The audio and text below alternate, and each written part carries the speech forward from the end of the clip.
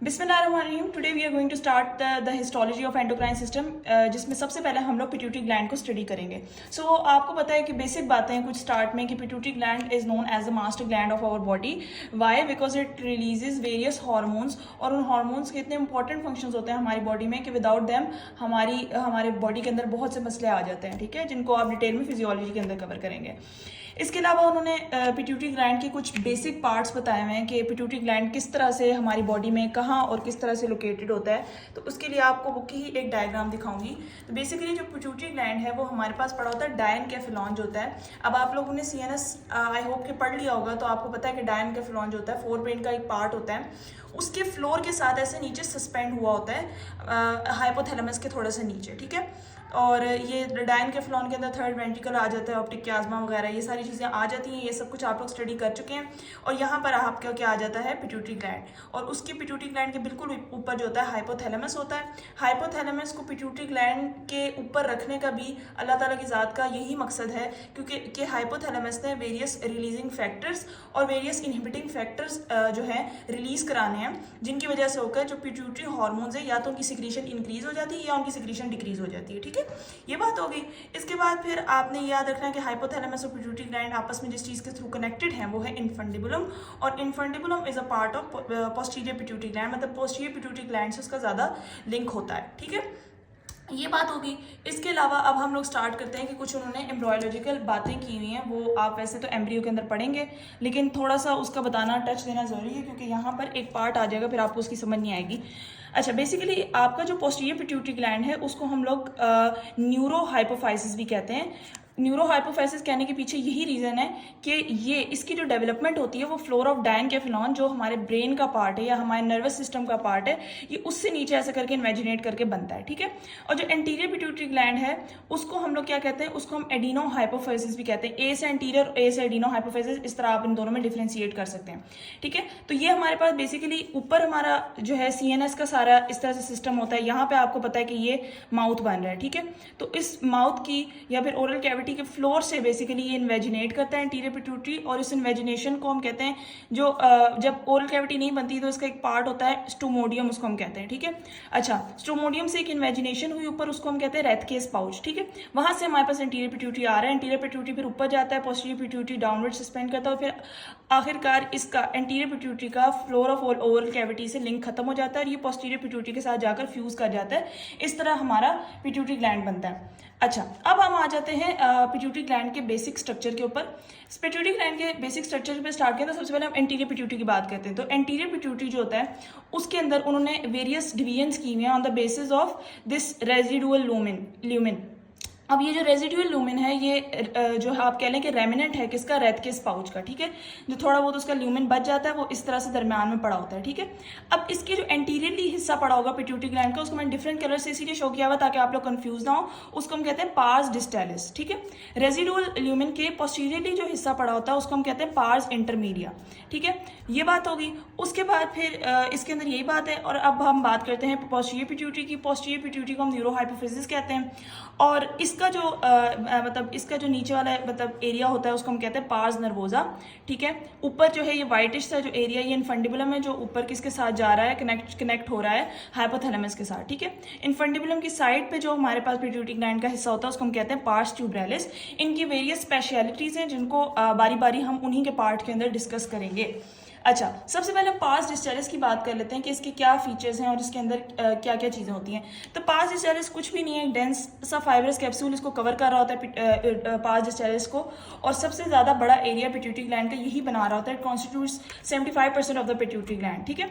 अब इसका जो ग्लैंडुलर पार्ट होता है उसके अंदर सेल्स होते हैं, सेल्स के मतलब एग्रीगेशंस होती हैं, और उन एग्रीगेशन को सपोर्ट किया होता है कनेक्टिव टिश्यू ने। इसके अलावा आपको ये देखें फेनेस्ट्रेटेड कैपिलरीज भी इनके अंदर नजर आएंगी, क्योंकि यहाँ से इसने हार्मोन्स रिलीज करवाने हैं, ठीक है, एंटीरियर पिट्यूटरी ने।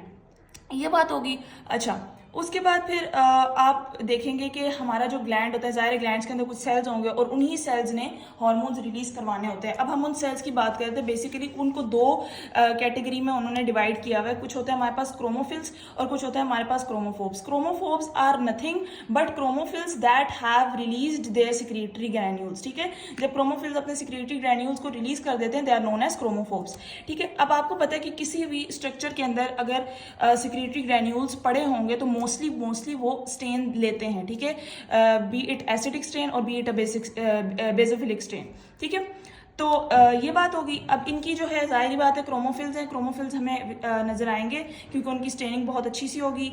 एसिडोफिलिक स्टेनिंग लेते हैं या बेसोफिलिक, और जो क्रोमोफोब्स होंगे उनके अंदर चूंकि सिक्रीटरी ग्रैन्यूल्स नहीं है, that's why they take a poor staining, ठीक है। अच्छा, उसके बाद फिर हमारे पास various cells of anterior pituitary gland है जिनको मैंने इस चार्ट के अंदर उनके बहुत अच्छे से डिफरेंसेस लिखे हैं। अच्छा, इसको पढ़ाने का तो कोई फ़ायदा नहीं है, इसमें बिल्कुल रटे वाली बातें हैं कि हमारे पास सोमैटोट्रोफ्स होते हैं, इलेक्ट्रोट्रोफ्स होते हैं, कॉर्टिकोट्रोफ्स होते हैं, गोनाडोट्रोफ्स होते हैं, थायरोट्रोफ्स होते हैं, और उनकी वेरियस सेल की शेप्स हैं, उनके न्यूक्लियाई हैं। तो ये आपने याद ही करना है। अगर आप लोग चाहें तो आप लोग इधर से स्क्रीनशॉट ले सकते हैं, और ये बहुत ईजी बातें हैं जो हम बचपन से पढ़ते हुए आ रहे हैं, तो इस पर मैं ज़्यादा फोकस नहीं करूँगी। मूविंग टूवर्ड्स पार्स इंटरमीडिया, ठीक है। अब पार्स इंटरमीडिया की बात करते हैं, तो पार्स इंटरमीडिया मैंने आपको जिस तरह से दिखाया कि हमारे पास दिस इज पार्स इंटरमीडिया, ये वाइट सा ल्यूमेन है, उसके पीछे पार्स इंटरमीडिया है। अब पार्स इंटरमीडिया की क्या स्पेशलिटीज़ हैं कि इसके अंदर बेसोफिलिक पॉलीगोनल सेल्स होते हैं, उनको हम क्या कहते हैं, मेलानोट्रॉफ्स कहते हैं। अब मेलानोट्रॉफ्स ने क्या रिलीज करवाना है, मेलानोट्रॉफ्स ने रिलीज करवाना है प्रो ओपियो मेलानोकॉटिन प्रोटीन होती है, ठीक है, उसको रिलीज करवाता है, ठीक है। और उस प्रोटीन की आगे फर्दर ब्रेकडाउन होती है into various peptides such as हमारे पास melanocyte stimulating hormone, adrenocorticotropic hormones, endorphins वगैरह एक्सेट्रा। तो ये पार्स इंटरमीडिया की कुछ बातें हैं। उसके बाद फिर हमारे पास आ जाता है पार्स ट्यूबरैलिस।